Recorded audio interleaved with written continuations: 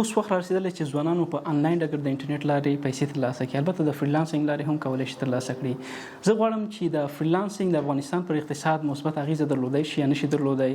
غواړم په یو ساده سیمپل کې تاسو ته وړاندې کوم.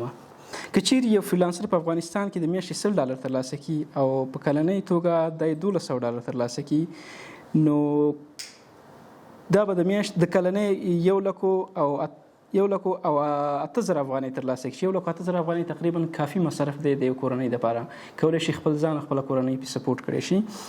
همدارنګه راځم دوی مثال ته، که چیرې موږ تاسو یوازې 1000 فریلانسران ولرو په افغانستان کې او هر یو فریلانسر د میاشتې بیا $100 ترلاسه کړي، د کلنۍ $1200 ترلاسه کړي، نو موږ تاسو به کلنۍ ټوټل افغانستان ته کلنۍ $1.2 میلیونه افغانستان ته عاید ولرو د خارجي هیوادونو څخه یا د فریلانسینګ له لارې.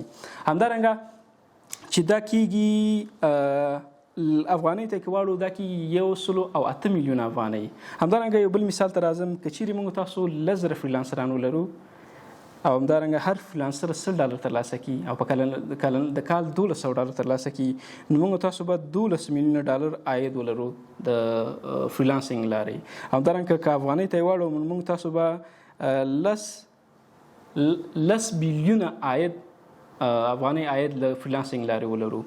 نو 1000 فریلانسران زه فکر نه کوم چې داسې ډېر تعداد دي، ځکه موږ تاسو په سلګونه بلکې په زرګونه محتادین لرو، همدارنګه مامورین وګوري په لکونو لرو، همدارنګه بیکاره وګوري په لکونو لرو.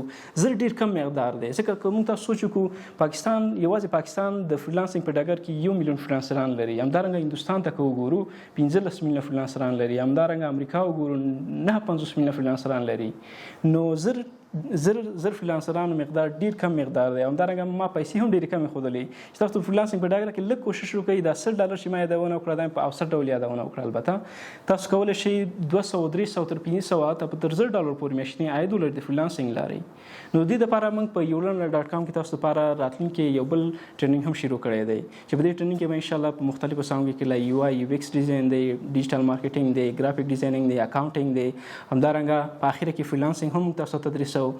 کولی شئ دې دپاره نوملیکنه وکړئ او نوملیکنه جریان لري. د دې شپږ میاشتني ټریننګ دپاره د نوملیکنې دپاره موږ محدود وخت لرو. تاسو کولی شئ نوملیکنه وکړئ، څومره چې زر نوملیکنه کوئ هغومره چانس مو د کامیابېدو زیات دی.